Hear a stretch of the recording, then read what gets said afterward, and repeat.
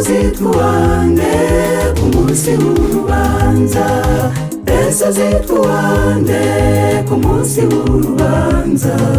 Imirimo yawe yerekana nde, niba ari uwo mwami waguhinduye mushya. Menyesha ab'isi ko Yesu akiza, mbese zitwa uwande ku munsi w'urubanza. Imirimo yawe yerekana nde, niba ari uwo mwami waguhinduye mushya. Menyesha ab'isi ko Yesu akiza.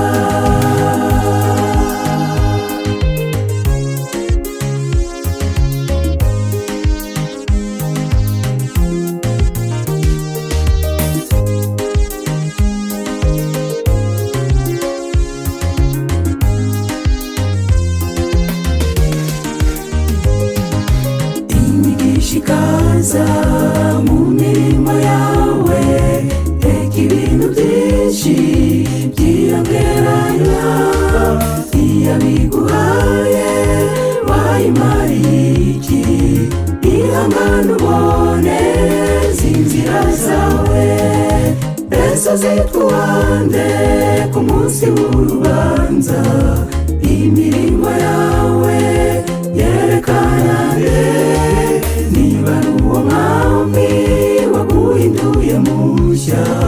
Menyesha ab'isi ko Yesu akiza, mbese zitwa uwande ku munsi w'urubanza. Imirimo yawe yerekana nde, niba ari uwo mwami waguhinduye mushya. Menyesha ab'isi ko Yesu akiza.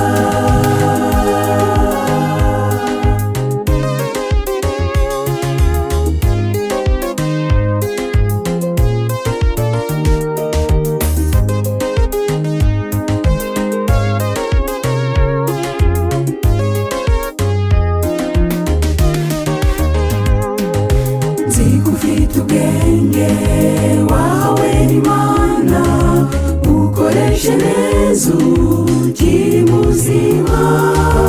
Ubwo iminsi izaza nawe utumuzumva.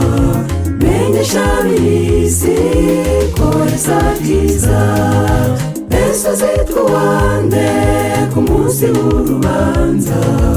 Imirimo yawe yerekana nde, niba ari uwo mwami waguhinduye mushya.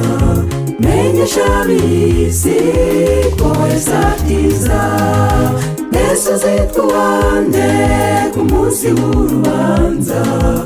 Imirimo yawe yerekana nde, niba ari uwo mwami waguhinduye mushya.